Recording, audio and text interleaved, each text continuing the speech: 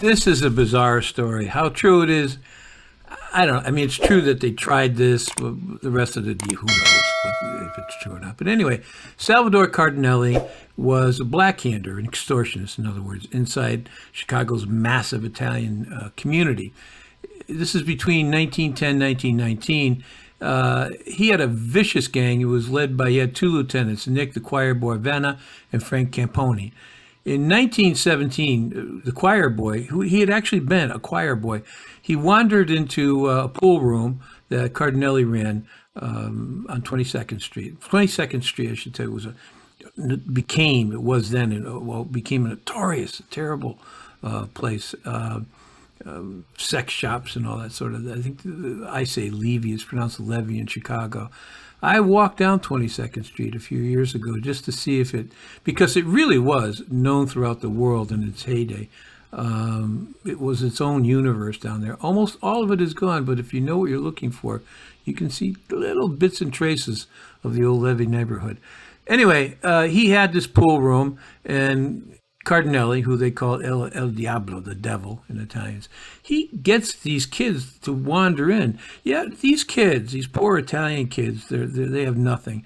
Their parents usually don't speak English. Sometimes they don't speak English. They arrive in this country with nothing. There's a lot of discrimination. Life is hard. So he gives them food, a place to live, and he teaches them a trade. He teaches them how to steal, how to rob, and, believe it or not, how to murder. So here, in one 6-month period around 1919, they were responsible for 400 holdups and a few dozen murders.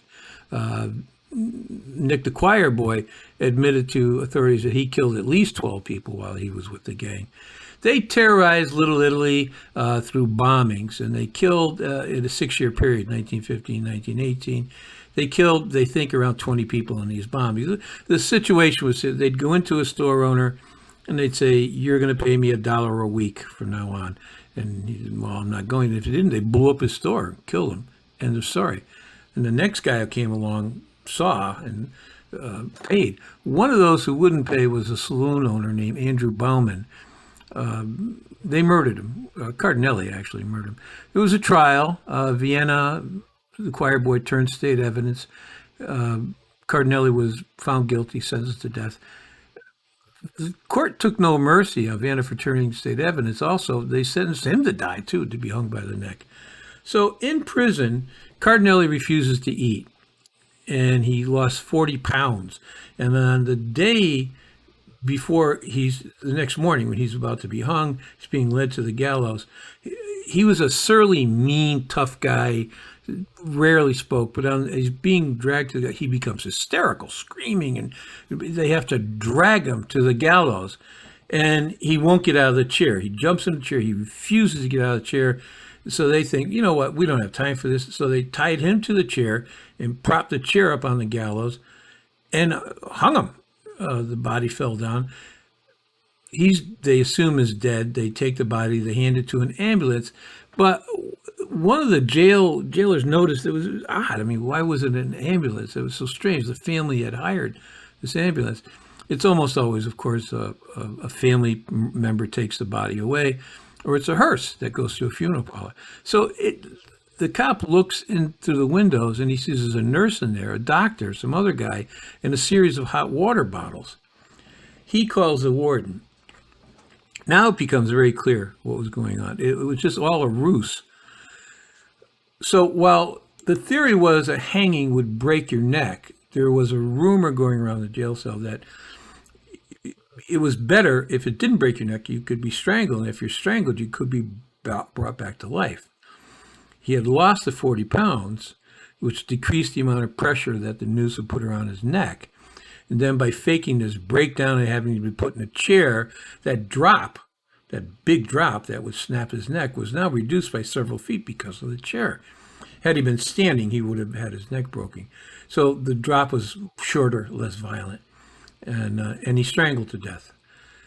The attendant and the warden comes and says, "Well, you're not taking the body. We're going to delay it, keep it here for an hour." Well, to make sure the guy's dead. When it was finally released, they watched as the nurse and doctor frantically, they rubbed Cardinelli's cheeks, they rubbed his wrist, they prepared some sort of injection. And then they took off. Still not happy. The warden calls the police. A police car stops the ambulance.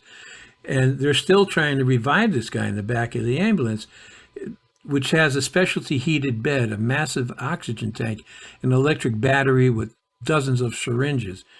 So the revival pan, according to the story now, had already been tested on the choir boy Venna, who was hung prior to this. They were able to confirm that Vienna's body was transported by his friends in a basket lined with hot water bottles in a waiting ambulance. Again, it was filled with doctors and nurses. But not suspecting anything, they let that ambulance leave. According to the story, the ambulance drove to a nearby funeral parlor. They lay out the kid, the choir boy, on a slab. Doctors go to work on the guy. He opens his eyes. He's brought back to life. He starts to groan, and now they're convinced, well, this could work. And according to the story, they think one of the gang members, well, he's a rat, so they kill him.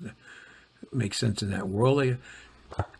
The warden sees all this and he's thinking, oh, for God's sake, it all becomes clear.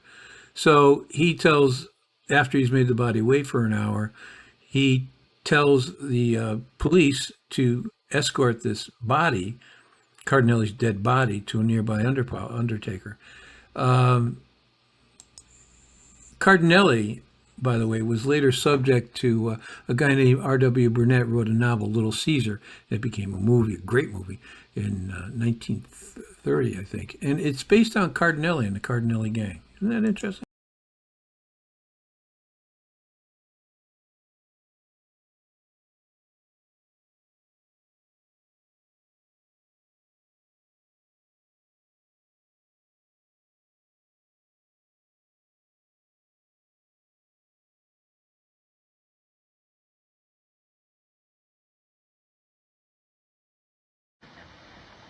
Mother of mercy.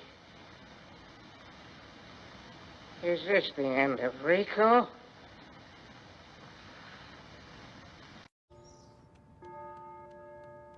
Digiorno. Digiorno. Joe Paterno. Digiorno. Damn it, Peter. Being Susie's godfather doesn't mean you're in the mob. And you can't bring a cat to church. Why not? He's Catholic.